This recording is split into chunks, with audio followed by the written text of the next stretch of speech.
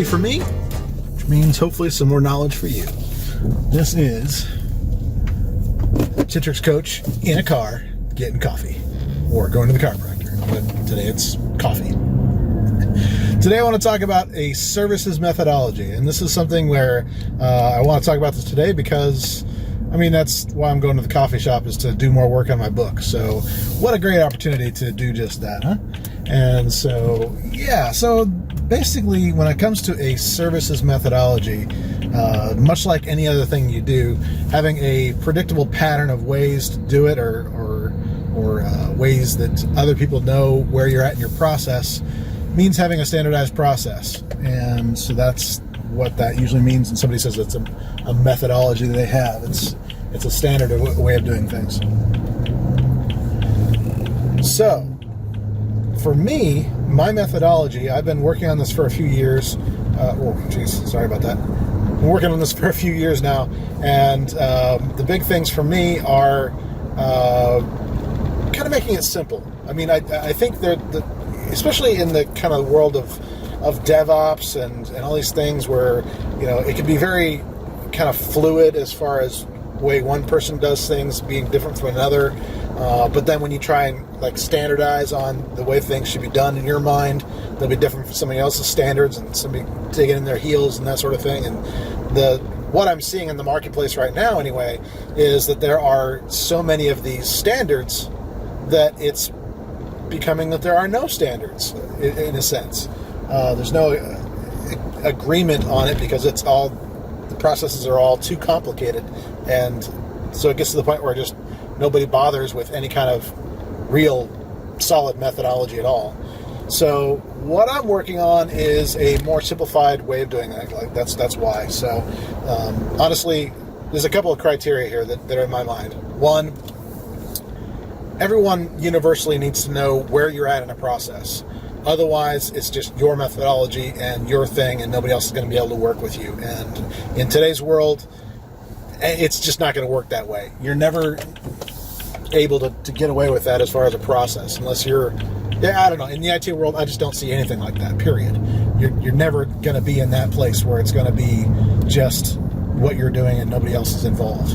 Sorry. That's the way it is. You have to be a team player in IT these days. But ultimately, if you want to get further in your career and build up a success in that way, then you really do need to learn to work as a team, and a methodology is a way to do that. So everyone needs to understand where it is. The other part is it needs to be simple, like I was saying. So if it's something where you need a certification in order to speak to the methodology, way too complicated. This should be really simple to understand.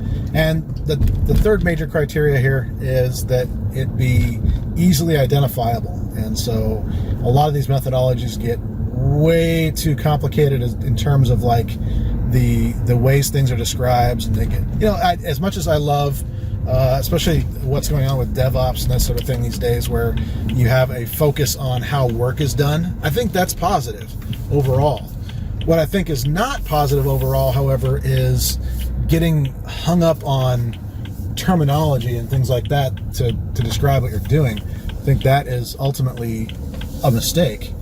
And so, it just doesn't work that way. So honestly, I think as far as that goes, my methodology is really just an iterative process of 4 simple steps.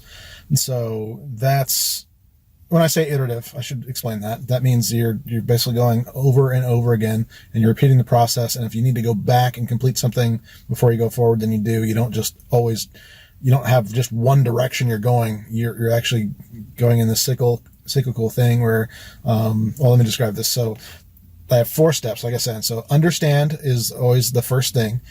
Then you plan, then you change, and then you maintain. Sorry, I'm just doing this weird thing with focus where it's just throwing the camera off, and I'm amused at myself, and I'm apologizing in advance. So first you understand what's going on, which means you take the time to either assess the situation, or if you have a specific project you're going with, than you are actually finding out what you need to know in order to actually make a design or whatever it is that you're doing.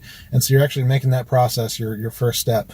And so whether it's just as simple as just doing like Windows updates or something like that, your understand is the why of doing things. And so you're understanding why you're doing things, always to meet some business objective or security or whatever it is.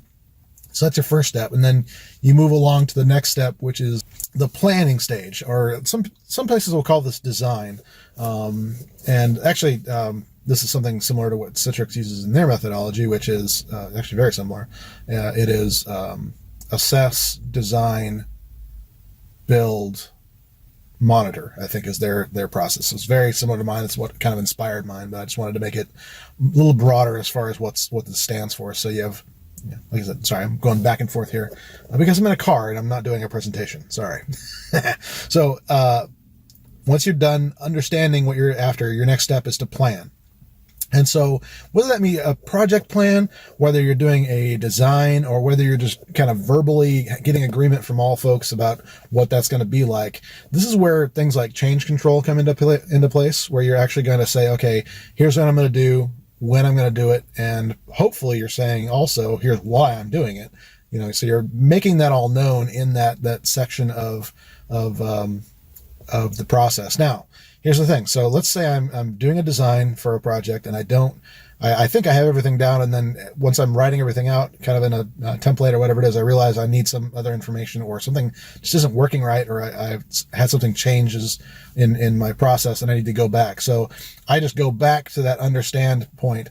And so I'm saying, okay, I'm going back, and then it's probably a more rapid process at that point, but you're actually going back to make sure you understand, and then you make your plans accordingly. And then once you have your plan down and it's good, then you go to the change part of it. And so you're actually doing that whole change process, whatever it is, building out new systems, installing updates, whatever the changes are, that's where the effective differences in whatever you're doing are.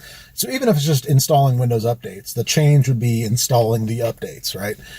So it's a very rapid pace of doing things in that kind of regards. But if it's like a, year-long project to transform the way people are working digitally, this might be a much longer process. But the change tends to be where the most time is spent in these kind of things, because honestly, you're just doing more work, either physically or virtually. It's usually more time spent in that phase of work.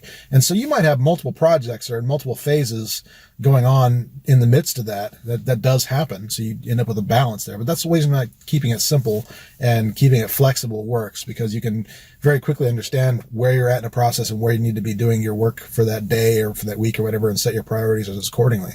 And so you can actually do that. And then the next kind of phase with that will be maintain, which means you're just basically saying, okay, this is steady state from that point on. And so this involves things like monitoring, and involves things like, just backups and security operations, adding user accounts, things like that don't really require an entire process around, that are just kind of keeping the lights on, you could say. Actually, it's a horrible phrase, but whatever. So you're actually doing the day-to-day care and feeding. And hopefully with most IT environments, that's where the majority of time is spent. And let's say you have something like Windows updates is a great example. So you're in that maintain phase, and so you have a update that's required for whatever reason. So you're back up here. You understand what the implications of that update are and why it needs to be done. Then you plan out when they're going to be done and to what systems, and explaining to everybody why, getting agreement on that sort of thing. And then you actually do the change to install it. And then once you've done that change, then you're back into the steady state monitoring. So you're actually in that maintain cycle. So if that's something that makes sense, I'd love your feedback, actually. If this is something that is simple enough to understand. Honestly, I wanted this to be something where it's on its own, you can understand this, but like I said, I am writing a book right now that expands on all this stuff about, all the various things and all the kind of just my experience in the field and how that can be related to a multitude of different IT services. Right now, that is the focus. But as you can kind of see, those names actually make it a lot easier to just do for a lot of different things. I mean, I've applied this to sales cycles. Actually, it works very well in sales, believe it or not. I've applied this to psychology, believe it or not. So there's a lot of things that this methodology applies to. So I'll be using this a lot over the years. So I am really curious if this resonates well with you, if those simplistic terms are something that makes sense to you, then let me know. And we'll look forward to getting you all the books soon. I'm not sure exactly how I'm going to go at publishing this initially, probably just digitally. And then if it does well digitally, then we'll put it into print. This kind of thing. Yeah, we'll find out soon enough. But the project is ongoing. I'm actually finishing up a rough draft, and I'm having a group of beta readers that are going to be helping me out with that. If you are interested in being a beta reader for me, let me know. Just direct message me or email me, and that's fine. And so, yeah, I would love to have the more the merrier kind of thing, where the more mistakes I can catch with people now, the less I have to worry about editing later. And so you feel free to, if you want to be kind of a beta and early reader and be part of that experience, let me know. Other than that, thanks for listening, guys. Appreciate it.